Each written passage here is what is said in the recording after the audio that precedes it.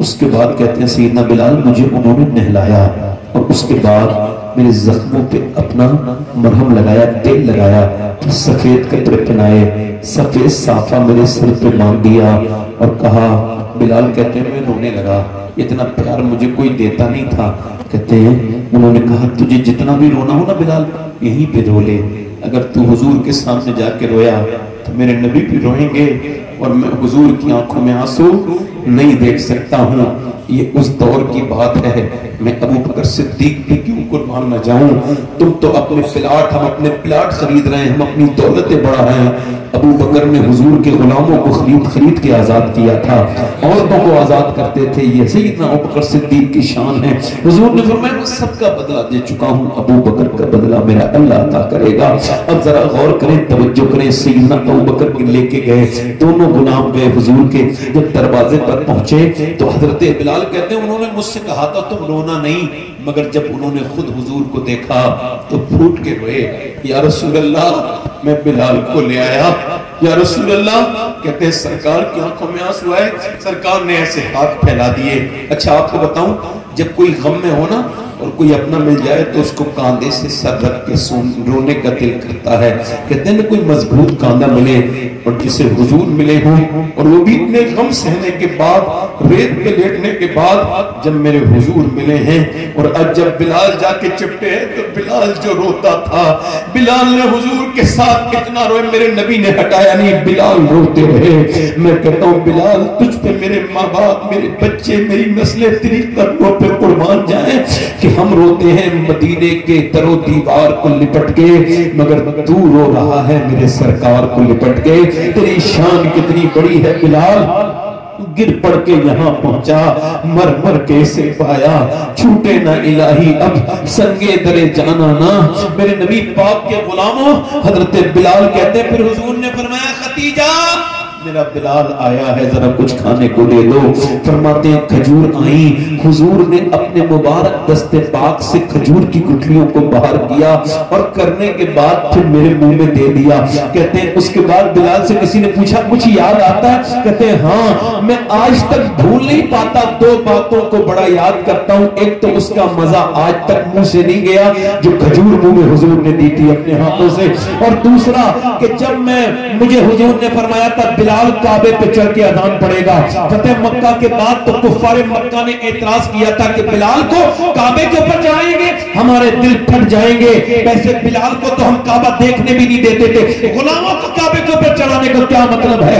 کہتے ہیں صحابہ کرام نے آ کے عرض کی حضور کسی اور سے اذان پڑھوا لیجئے، آپ بلال سے مت پڑھوائیے. کفار مکہ پریشان ہے. نبی نے فرمایا خاموش، جب ریت پہ لیٹنے کی بات آئے تو میرا بلال لیٹے، جب سینے پہ پتھر رکھنے کی بات آئے تو میرا بلال رکھے، اور جب کفار مکہ کے ظلم سہنے کی بات آئے تو میرا بلال سہے.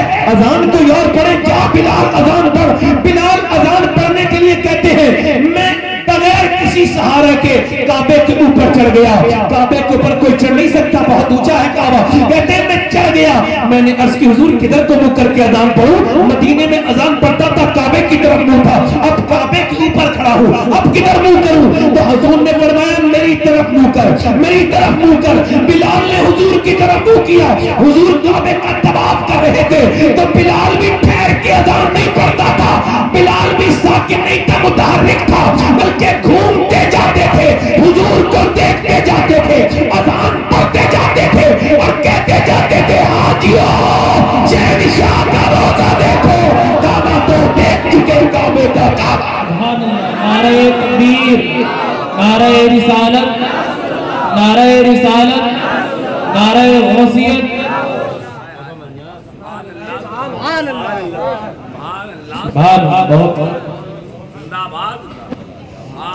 پھر سنو وہی غلام جس کو لوگ مارتے تھے، پھر وہی غلام جب حضرت عمر کے دور میں آئے حضرت بلال، تو حضرت عمر اپنے منبر سے کھڑے ہوئے، بلال کے ہاتھ کو چوما، کہا بلال یا بلال انت مولانا، انت سیدنا و مولانا. اے بلال تو ہمارا سردار بھی ہے اور ہمارا آقا بھی ہے.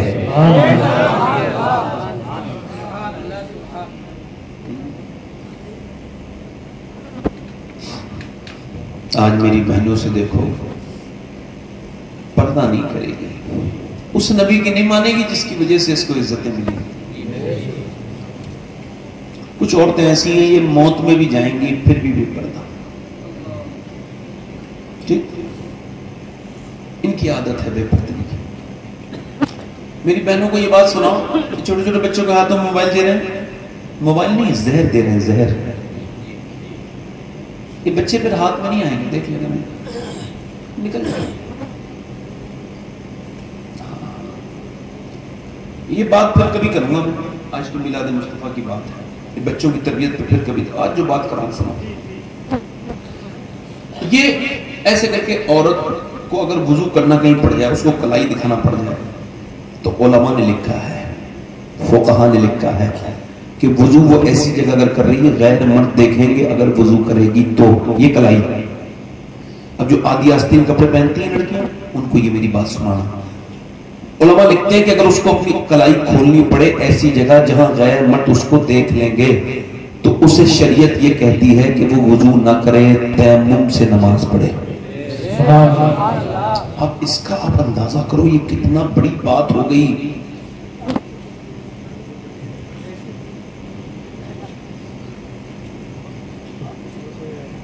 مرد کے کفن کے کپڑے 3 اور عورت کے 5۔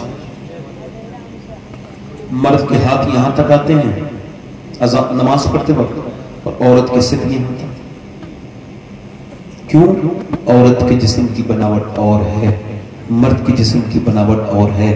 اللہ نہیں چاہتا کہ میری بندی نماز پڑھتے میں بھی بے پردہ ہو، اس لیے اللہ نے عورت کی نماز الگ کر دی، مرد کی نماز الگ کر دی۔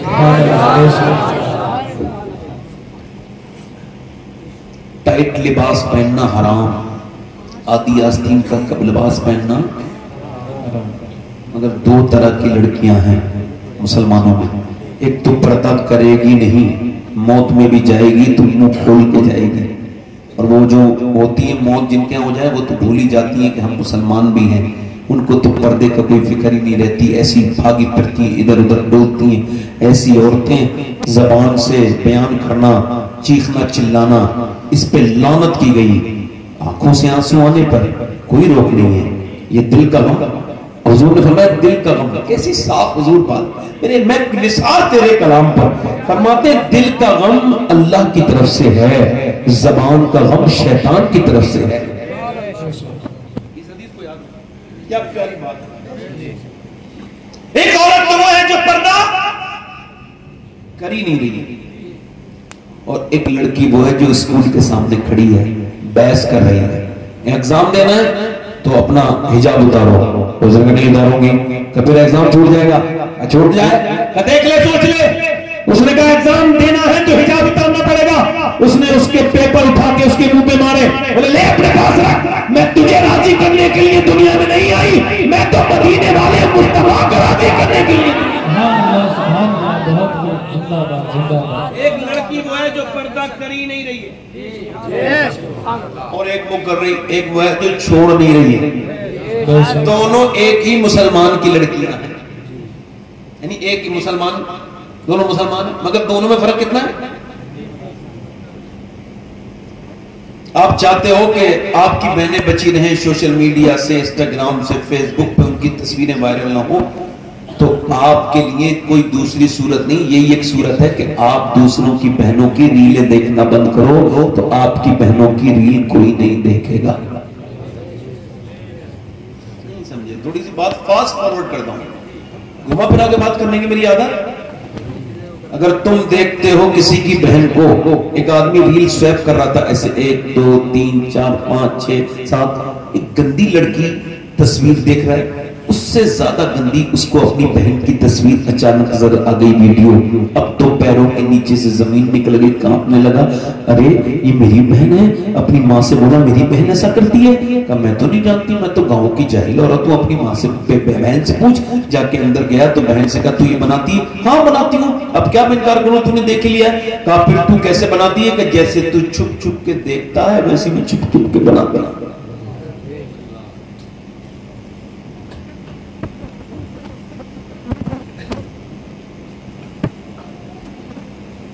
میرے نبی پاک صلی اللہ علیہ وسلم نے دیکھا حاتم طائی کی بیٹی دور ہے، اس کے سر پہ دوپٹہ نہیں ہے، اپنے بچوں کو ڈھونڈنے کے چکر میں بغیر سر ننگے سر آ گئی.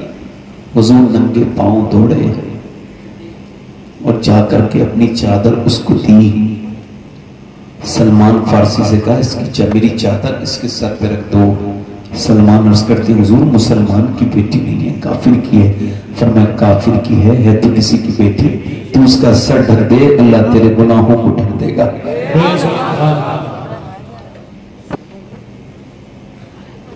آخری باتیں اور کر رہا ہوں آپ سے. دل لگ رہا آپ لوگوں نہیں لگ رہا؟ دل لگا کے بولو تو لبیک یا رسول اللہ. دل لگا کے بولو لبیک یا رسول اللہ.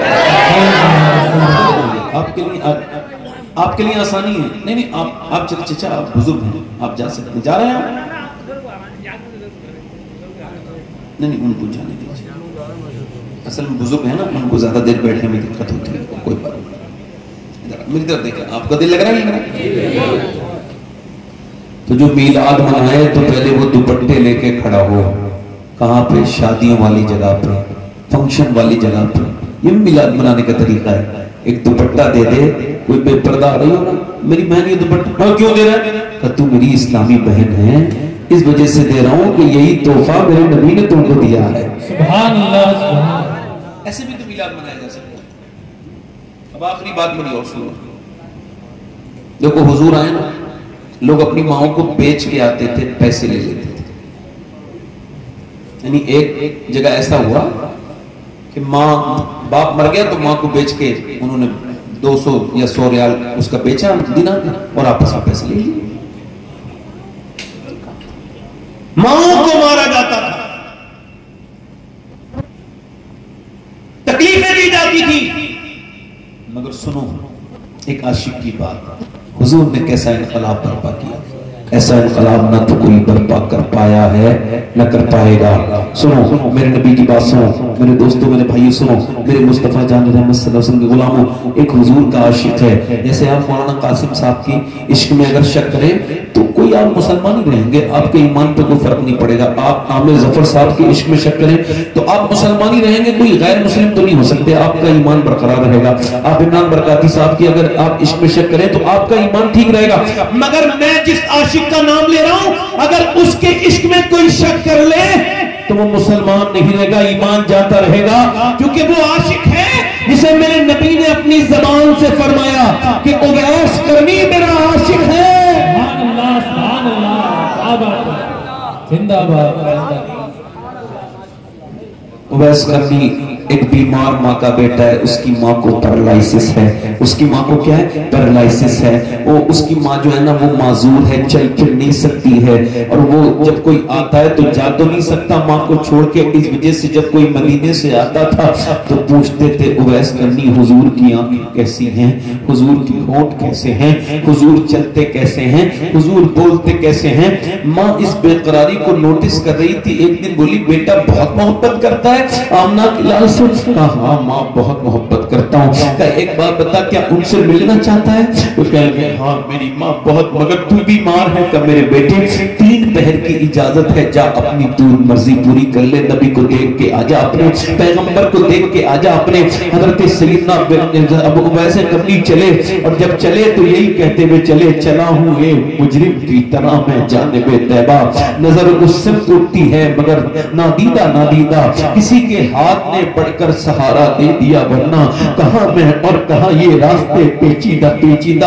اویس کرنی چل دیے ہیں. اللہ اکبر. نہیں مان لو ذر تو کیا ہے، میں غریب ہوں یہی نا، میری بے کسی مجھے لے چل تو ہی جانب مدینہ. اویس کرنی دادا لاہوری قطب لاہوری علی بن عثمان حجویری فرماتے ہیں کشف المحجوب میں کہ آپ تشریف لے کے گئے مدینے اور حضور کے دروازے پہ جب پہنچے تو عرض کی اللہ کے رسول تشریف رکھتے ہیں. امی عائشہ بولی نہیں حضور نہیں ہے. آپ کون ہیں؟ میرا نام اویس کرنی ہے، میں ایک چرواہا ہوں، میرا نام اویس ہے، میں حضور سے ملنے آیا ہوں، حضور کا دیدار کرنے آیا ہوں. کہ حضور تو صبح آئیں گے. تو برابر سے رونے کی آواز آئی. اویس سسکنے لگے اور پورا جسم کانپنے لگا. پوچھا امی عائشہ نے کیوں بولتے کیوں نہیں مسافر، صبح تک رک جاؤ. ایک رات رک کے صحابی بن سکتے تھے، مگر صحابی بننے کے انہوں نے ترجیح نہیں دی. کیوں؟ اس وجہ سے کہ ماں کی ان کو اتنا خیال تھا. کہنے لگے اے میری ماں، امی عائشہ سے کہنے لگے میں جا رہا ہوں، میری ماں بیمار ہے، میں جا رہا ہوں، اے سیدہ ام المومنین میں جا رہا ہوں، اور آپ سے یہ عرض کر رہا ہوں جب حضور آئے تو کہہ دینا سلام میرا کہ ایک بکری کا چرانے والا اویس آیا تھا، اس کا سلام پیش کر. اچھا کوئی مدینہ جائے اور اس سے کوئی کہے تو گنبد خضرا نہیں دیکھے گا، جب واپس چلا جائے یا حکومت واپس کر دے تو وہ کیا کہے گا؟ نہیں، یہی کہے گا کہ داغ فرقت طیبہ قلب مزمحل جاتا کاش گنبد خضرا. نوجوانوں جاؤ مدینہ، اللہ تمہیں سلامت رکھے. موبائل نہ بدلو، پیسے اکٹھے کرو، مدینہ جاؤ، مدینہ دیکھو. مدینے میں کوئی ادھر کونے میں بیٹھا اور رو رہا ہے، کوئی ادھر بیٹھا اور رو رہا ہے، سب وہاں گنبد خضرا کے دیدار سے اپنے نبی کو اپنے سارے حال غم سناتے ہیں، اور جو دیکھ دیکھ کے گنبد خضرا روتے ہیں. حضور کی محبت میں میرا امام کہتا ہے دیکھ کے حضرت غنی پھیل پڑے فقیر بھی، چھائی ہے اب تو چھاؤنی حشری آنا جائے کیوں. توجہ کریں میری بات پہ. اویس غنی واپس چل دیے، اٹھ کر تو آ گئے ہیں تیری بزم سے، مگر کچھ دل ہی جانتا ہے کہ کس دل سے آئے ہیں. امام بولا میرا بریلی کا پھر کے گلی گلی تباہ ٹھوکرے سب کی کھائے کیوں. یا رسول اللہ دل کو جو عقل دے خدا تیری گلی سے. اب واپس آ گئے اویس غنی. نبی صبح کو آئے، میرے آقا نے فرمایا میرے اور بے خبر ہو غلاموں سے وہ آقا کیا ہے. فرمایا عائشہ میرے دروازے پہ کون آیا تھا؟ میرے دروازے پہ بڑا نور ہے، میرے دروازے پہ بڑی خوشبو ہے. عرض کرتی ہے یا رسول اللہ اویس نام کا ایک آدمی آیا تھا، وہ بکری کا چرانے والا چرواہا تھا. وہ کہتا تھا حضور سے میرا سلام کہنا، اپنی ماں کی وجہ سے واپس ہو گیا. یا رسول اللہ بڑا روتا ہوا واپس گیا ہے. میرے نبی نے فرمایا اعلان کر دو، اعلان کر دو. مسجد نبی میں سارے صحابہ آ جائیں. صحابہ آ گئے. نبی نے فرمایا دیکھو صحابہ میرا ایک غلام ہے عاشق، اس کا نام اویس کرنی ہے. اس نے مجھے ابھی دیکھا نہیں، مگر اگر وہ کوئی دعا مانگے، اس کے کپڑے پھٹے ہوئے ہیں، اس کے کپڑوں پر پہمند لگے ہیں، مگر اللہ کے کوئی قسم اٹھائے اگر اللہ کی بارگاہ میں اللہ اس کی قسم کو پورا کر دے گا. اور جب قیامت کے دن وہ میرا اویس جنت میں جائے گا، اللہ فرمائے گا اے اویس رک جا، ادھر جہنمی کھڑے ہیں، اشارہ کر دے. میری امت کے بے شمار لوگ کھڑے ہوں گے جن پہ جہنم واجب ہو چکی ہوگی. اویس اعلان اشارہ کریں گے، اللہ کی رحمت سے وہ جہنمی جنتی ہو جائیں گے. میرے نبی نے فرمایا اللہ فرمائے گا اویس یہ جو تجھے رحمتیں ملی ہیں یہ ماں باپ کی خدمت کرنے کی وجہ سے.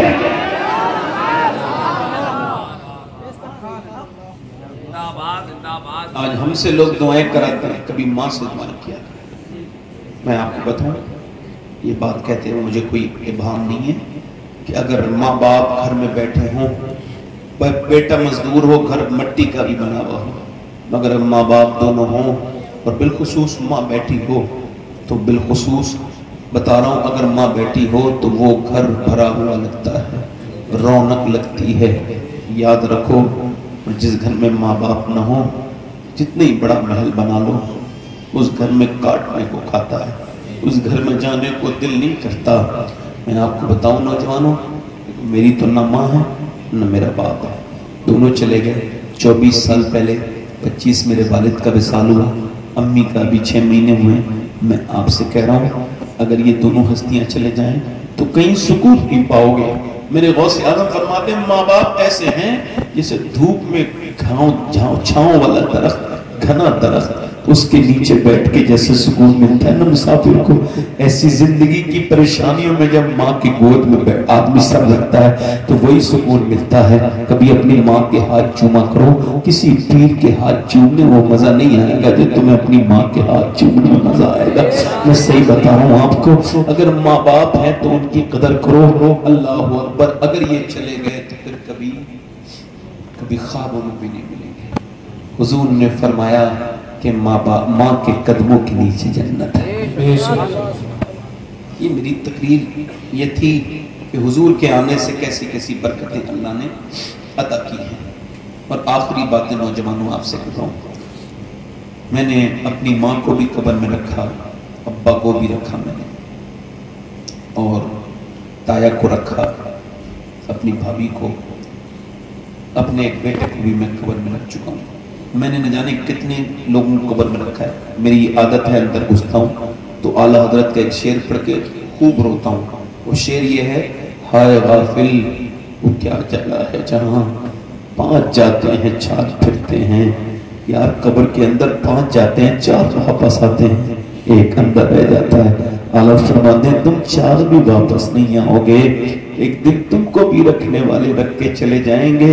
میرے حضور فرماتے ہیں جب قبر میں رکھتے ہیں، رکھنے کے بعد واپس لوٹتے ہیں تو وہ آنکھیں کھلتی ہیں، اوپر سے تختے لگ گئے، اوپر سے مٹی لگ گئی، ہائے ہائے کتنے جوان قبروں میں چلے گئے۔ جا کے دیکھو کیسے سجی ہوئی جوانیاں، کوئی کہتا تھا مر جائیں گے مگر مر گئے۔ اب کوئی ان کی قبر پہ جا کے سلام نہیں کرتا، کوئی عزیز نہیں لوٹتا، قبرستان میں مردے انتظار کرتے ہیں، کوئی عزیز نہیں آتا، کوئی کسی کا نہ تو ہوا ہے نہ ہوگا۔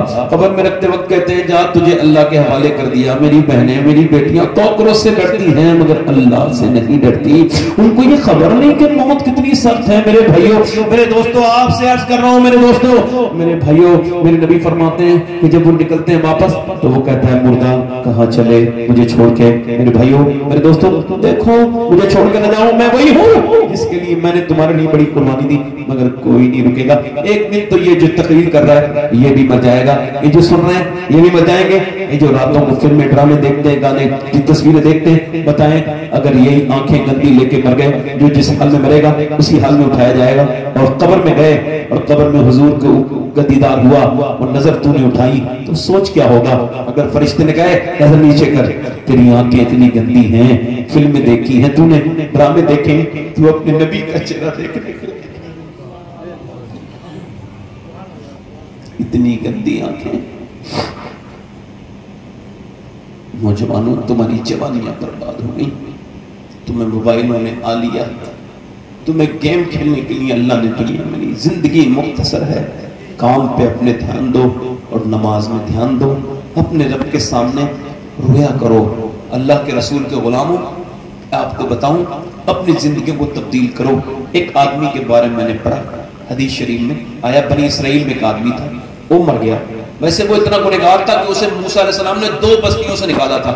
لوگ کہتے تھے اللہ اسے نکال دے، یہ ہمارے لوگوں کو بگاڑ دے گا، اللہ نکال دیا اس کو، وحی کر دی، نکلوا دیا موسیٰ سے۔ اب جب وہ مرا تو اللہ نے موسیٰ کو وحی کی، موسیٰ جب میرا دوست مر گیا اس کی جنازہ پڑھ لے۔ کیا پڑھ لے بیٹھو؟ اور یہ اعلان کر دے جو بھی اس کا جنازہ پڑھے گا میں اس کی بخشش، اس کی بخشش، جنازہ پڑھے گا اس کی بخشش، توجہ کرنا ذرا، جنازہ جو پڑھے گا اس کی بخشش۔ کہتے ہیں سیدنا موسیٰ علیہ السلام گئے اور جا کر کے اس کا چہرہ دیکھا، یا اللہ یہ تو وہی گنہگار ہے جسے میں نے 2 بستیوں سے نکالا ہے۔ حیرت کی، رب نے فرمایا ہاں یہ وہی ہے، مگر یہ سردی کے موسم میں مرا ہے، اندر تھا اکیلا، دروازے لوگوں نے بند کر لیے تھے، اس نے کہا مالک سب نے دروازے بند کر لیے، اگر تیری رحمت کے دروازے تو میرے پر بند نہیں ہوئے، کیونکہ میرے مالک جتنی پریشانی میں مر رہا ہوں، اگر میرا باپ ہوتا میری ماں ہوتی تو میرے پر رحمت کے دروازے کھولتی، مگر تو ماں باپ سے زیادہ مہربان ہے، مولا میرے اوپر رحمت کے دروازے کھول دے۔ مالک پھر کہنے لگا مالک دیکھ مجھے سردی کتنی لگی ہے، میں سردی میں مر رہا ہوں، میں مسافر مر رہا ہوں، میرا کوئی نہیں ہے، اگر میری ماں ہوتی تو میرے اوپر رحمت کی چادر ڈھکتی، مجھے معاف کر دیتی، تو 70 ماؤں سے زیادہ مہربان ہے، میں تجھ سے بھاگا ہوا مجرم کہتا ہوں مجھے معاف کر دے، اگر میرے گناہوں کی کوئی حد نہیں تو تیرے کرم کی بھی کوئی حد نہیں ہے۔ کہنے لگا مولا اگر میرے جیسے گنہگار کو بخشنے سے تیری رحمت میں کوئی فرق پڑتا ہو تو نہ بخش، اور اگر نہ پڑتا ہو تو بخش دے، بخش دے۔ اللہ فرماتا ہے موسیٰ وہ ایسے رویا ہے، اس نے اکیلے کی بخشش مانگی تھی، اگر ساری دنیا کے گنہگاروں کی مانگتا تو میں سب کو بخش دیتا۔ وہ نواز نے دیا تو نواز دے زمانہ، وہ کریم ہی تو ٹھہرا تو کرم کا کیا ٹھکانہ۔ حضرات میری تقریر ہو گئی پوری، چونکہ مجھے لمبے سفر پہ بھی جانا ہے، 1:45 بجنے والے ہیں۔ بس میں آپ سے پوچھنا چاہتا ہوں، حضور نے آپ کے لیے بڑی دعائیں کی، سرکار سے زیادہ آپ کا باپ بھی آپ سے محبت۔ میں اپنے رب کی قسم کھا کے اس بات کو کہتا ہوں، میں نے جو پڑھا ہے اس کے اعتبار سے بتا رہا ہوں، پوری دنیا کی ساری مائیں مل کے بھی کسی سے اتنا پیار نہیں کر سکتی جتنا میرے حضور نے ہر امتی سے پیار کیا ہے۔ میں اپنی بہنوں سے کہتا ہوں پردہ کر لو، میری بہنیں ادھر دیکھو، پردہ کر لو، نماز کی پابندی کرو۔ اللہ کے رسول کی بیٹی دنیا سے جا رہی ہے، دل لگ رہا ہے آپ لوگوں نہیں لگ رہا؟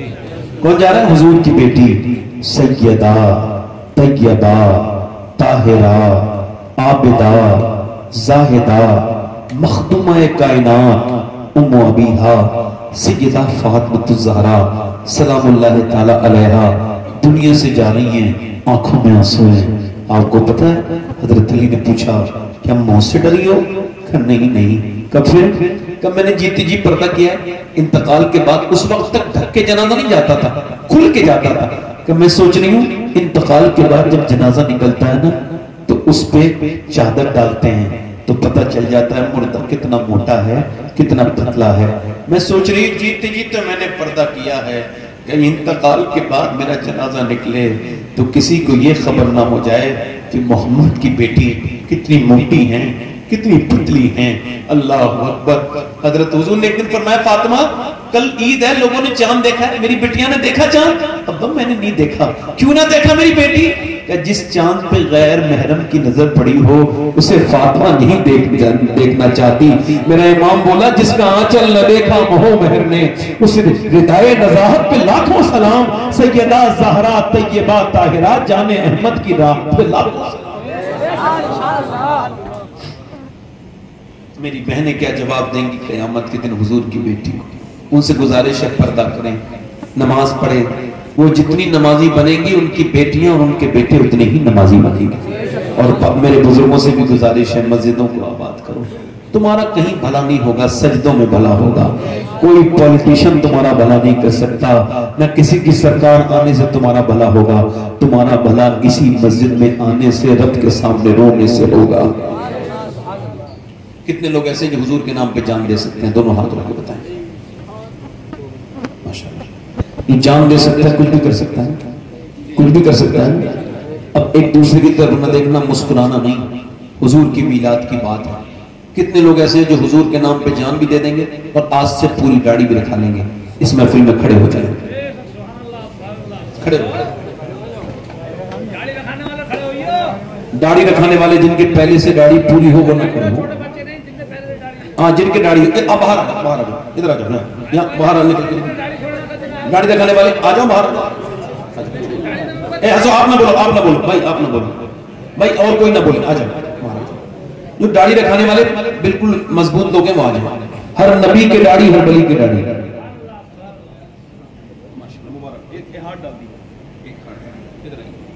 دو تین ہو گئے، کوئی اور عاشق رسول ہے چوتھا اس محفل رسول میں جو پوری سنت ہے؟ پانچواں عاشق رسول آ جائے، کوئی حضور کا عاشق ہے۔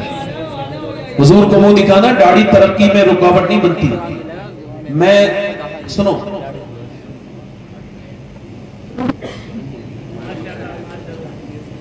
دیکھو کوئی داڑھی رکھنے سے ترقی،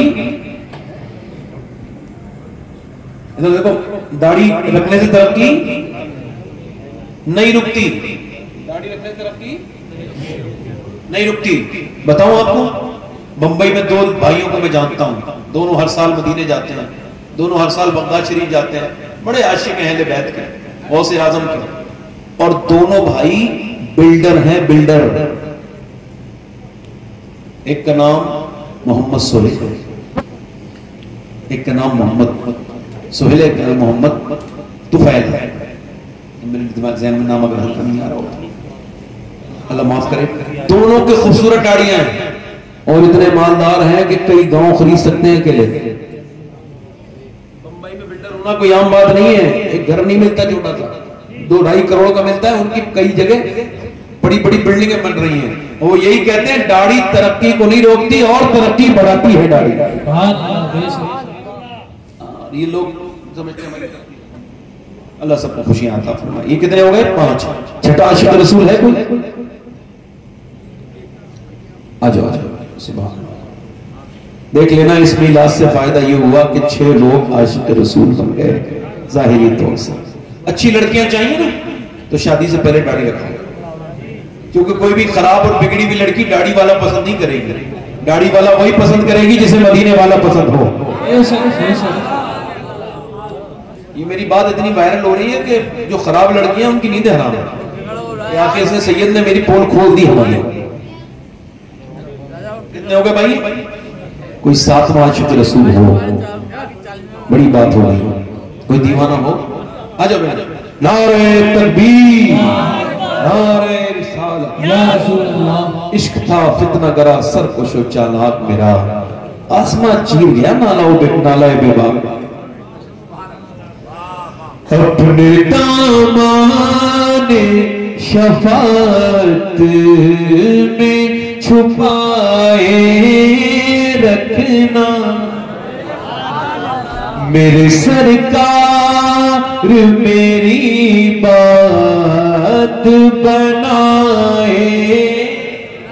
پڑھو میرے ساتھ. اپنے دامان میری بات بنائے رکھنا، اور آپ یاد آئے تو پھر یاد نہ آئے کوئی، غیر کی یاد میرے دل سے بھلائے. سبحان اللہ سبحان. میرے سرکار، پڑھو میرے سرکار میری بات بنائے رکھنا. یہ 8 ہو گئے ماشاءاللہ. 2 عاشق کوئی اور میں نے سنا تھا ایک لڑکا ناچ نہیں پڑا تو اس کی داڑھی بنائی. ناک تو پڑ لی اس نے داڑھی کب لگائی ہے نا. بھائی حضور سے محبت ہو تو کھل کے بات ہو نا. آ جاؤ بھائی، یہ داڑھی ایک لگانے والا اور آ گیا ماشاءاللہ. آ جاؤ، یہ تو لنگر کھلا ہوا ہے، یہ لنگر ہے مدینے والے کا. اب جس کے جی میں آئے وہ پائے روشنی، میں نے تو دل جلا کے سر راہ رکھ دیا. یہاں کوئی کسی کے لیے مخصوص دعا نہیں ہوتی، یہ سب حضور کے امتی ہیں. سبحان سے حضور کی نظر پڑ گئی وہی اٹھے گا سرکار. سرکار دیکھ رہے ہیں. اور میں مدینے جاتا ہوں تو سب سے پہلے داڑھی والوں کا سلام پیش کرتا ہوں.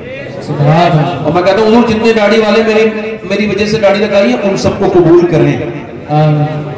میں آپ کو بتاؤں، میں کبھی کبھی 5,000 لوگ ایک سال میں کر لیتا ہوں، تو اس کے بعد گن کے مدینے والے کو پیش کرتا ہوں. حضور ایک سال میں میں نے 4 یا 5,000 لوگوں کو داڑھی رکھوائی ہے. سبحان اللہ. اور میں پیسے سے محبت و بندی کرتا ہوں. مدینہ ایک سال میں 2-3 بار بھی چلا جاتا ہوں، سبحان اللہ. کیونکہ اب جاؤں گا تو پروگرام نہیں ہوں گے، تو ادھر یہ پیسے نہیں ہوں، یہ تو سوچ ہوتی ہے. مگر حضور اتنا دیتے ہیں، کمی نہیں کوئی. حضور نے فرمایا جس کو مالدار ہونا ہو وہ عمرہ کرے اور حج کرے. حج اور عمرہ ایسے کھا جاتے ہیں محتاجی کو جیسے دیمک لکڑی کو کھا جاتی ہے. آ جاؤ کتنے یا رسول اللہ.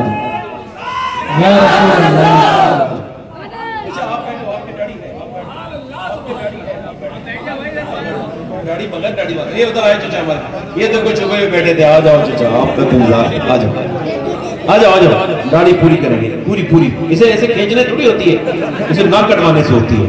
اچھا آپ نے کھینچنا نہیں. کچھ لوگ بیچارے ابھی چھوٹے بچے بن رہے ہیں، کچھ لوگ کافی عمریں ہو گئی ہیں، داڑھی کے بال سارے سفید ہو گئے، مگر وہ اس کو مٹا کے جوانی تلاش کر رہے ہیں. آلت فرماتے ہیں بیل کے سین کاٹ دو تو بچڑا نہیں بنے گا، وہ بیل کا بیل ہی رہے گا. لہذا چھپاؤ مت، سنت رسول ہے. سفید داڑھی کا مطلب ہے موت کی یاد. بے شک.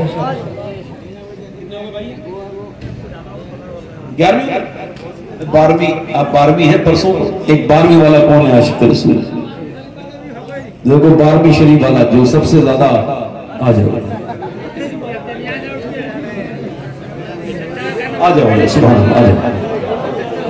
نعرہ تکبیر.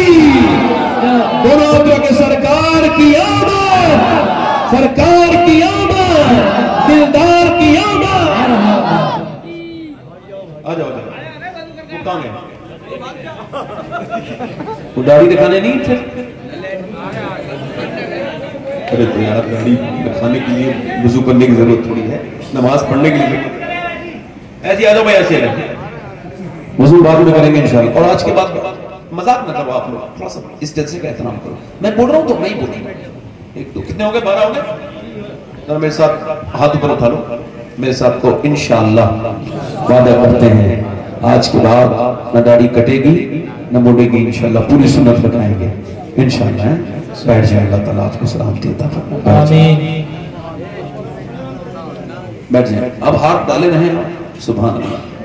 اب وہ لوگ ہیں جن کو اللہ نے پسند کیا ہے، عام لوگ نہیں ہیں. یاد رکھو جس کے دل پہ حضور کی محبت گزر گئی بس اس کا کام ہو گیا. بے شک.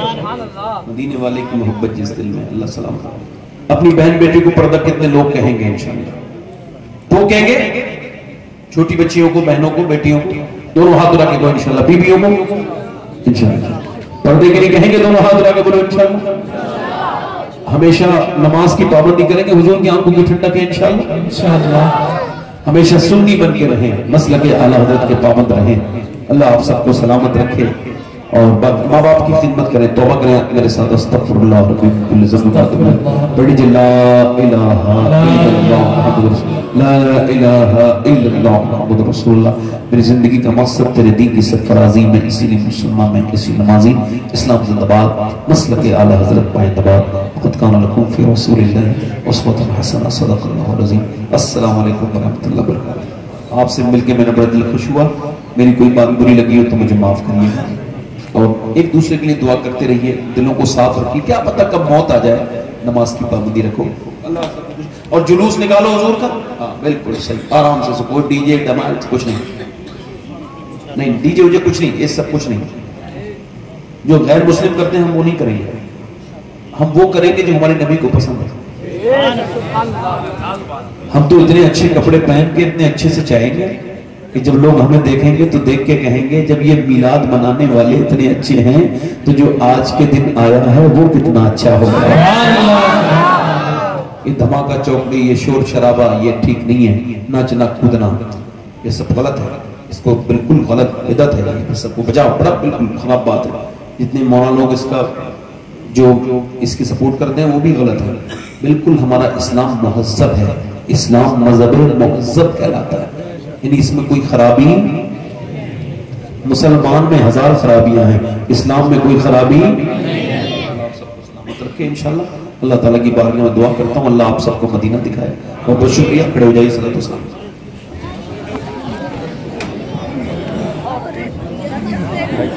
مصطفیٰ جانے رحمت تیرا کو سلام. مصطفیٰ جانے رحمت تیرا کو سلام. شمع بز میں ہدایت تیرا کو سلام. شمع بز میں ہدایت تیرا. ایک میرا ہی رحمت میں دعویٰ نہیں، ایک میرا ہی رحمت میں دعویٰ نہیں. شاہ کی ساری امت تیرا کو سلام. شاہ کی ساری امت تیرا. کاش محشر میں جب ان کی آمد ہو، بھیجے سب ان کی شوکت تیرا. مجھ سے خدمت کے قدسی کہے رضا. مجھ سے خدمت کے قدسی کہے رضا. مصطفیٰ جانے رحمت تیرا کو سلام. شمع بز میں ہدایت تیرا کو سلام. السلام علیکم یا رسول اللہ. صلی اللہ علیہ وسلم. یا الہی رحم فرما مصطفیٰ کے واسطے.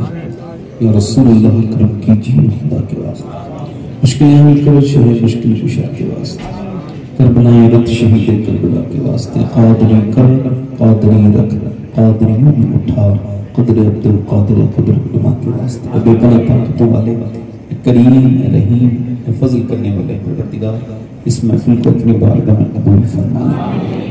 اللہ اس میں جن لوگوں نے شرکت کی ہے، جنہوں نے اس میں محنت کی ہے، جن بچوں نے لڑکوں نے، ان کو دنیا و آخرت میں سلامتی عطا فرما۔ یا اللہ تو کریم ہے رحیم ہے، تو ہی شفا دینے والا شافی ہے، کسی ہسپتال میں ڈاکٹر کے پاس کوئی شفا نہیں، ساری شفائیں تیرے پاس ہیں۔ مولا اپنے کرم سے اپنے فضل سے ہمیں جو بیمار ہیں سب کو شفا عطا فرما دے، اے کریم شفا عطا فرما دے۔ اللہ ایک بچہ ہسپتال میں دلی میں موت اور زندگی کے درمیان ہے، اس کو شفا عطا فرما، اس بچے کو شفا عطا فرما۔ یا اللہ جس بھائی نے ہمیں گاڑی رکھ رہی ہیں ان سب کو اللہ استقامت عطا فرما، ان میں سے جن کی اہلیہ کی طبیعت خراب ہے ان کو شفا عطا فرما۔ مولا اس گاؤں میں جتنے بیمار ہیں سب کو شفا دے دے۔ یا اللہ جتنے قبرستانوں میں آرام کر رہے ہیں سب کو جنتی عطا فرما۔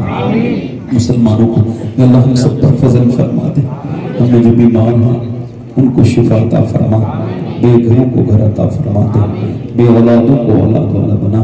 اللہ بیمار ہیں جناب عمران برکاتی صاحب کے بھتیجے، ان کو شفا عطا فرما دے۔ اللہ اپنے پیارے حبیب کے وسیلے سے ہم سب کا خاتمہ ایمان پہ فرما، مدینہ شریف کی گلی میں فرما، مدینہ کی حاضری عطا فرما۔ اے مولا عمروں کے حصے گزر رہے ہیں، اپنی سچی محبت عطا فرما، اپنے محبوب کی سچی محبت عطا فرما۔ جتنے حاضرین آئے ہیں سب پہ اپنا فضل و کرم فرما، ہم سب پہ مہربانی کر دے۔ اے کریم ہمارے ان علماء کو سلامت رکھ، ان مشائخ کو سلامت رکھ، ہماری دعاؤں کو سیدہ طیبہ طاہرہ عابدہ زاہدہ مخدومہ کائنات سیدہ فاطمہ زہرا کے وسیلے پاک سے قبول فرما لے، ہماری دعائیں قبول فرما، جو مانگا ہے وہ عطا فرما، جو مانگنے سے رہ گیا جو ہمارے حق میں بہتر وہ عطا فرما۔ جب تک دنیا میں دین پر رہیں، اسلام پر رہیں، مذہب اہل سنت مسلک اہل حضرت پر رہیں، دنیا سے جائیں اور مسلمان کی لب پہ جاری فرما کلمہ طیبہ لا الہ الا اللہ۔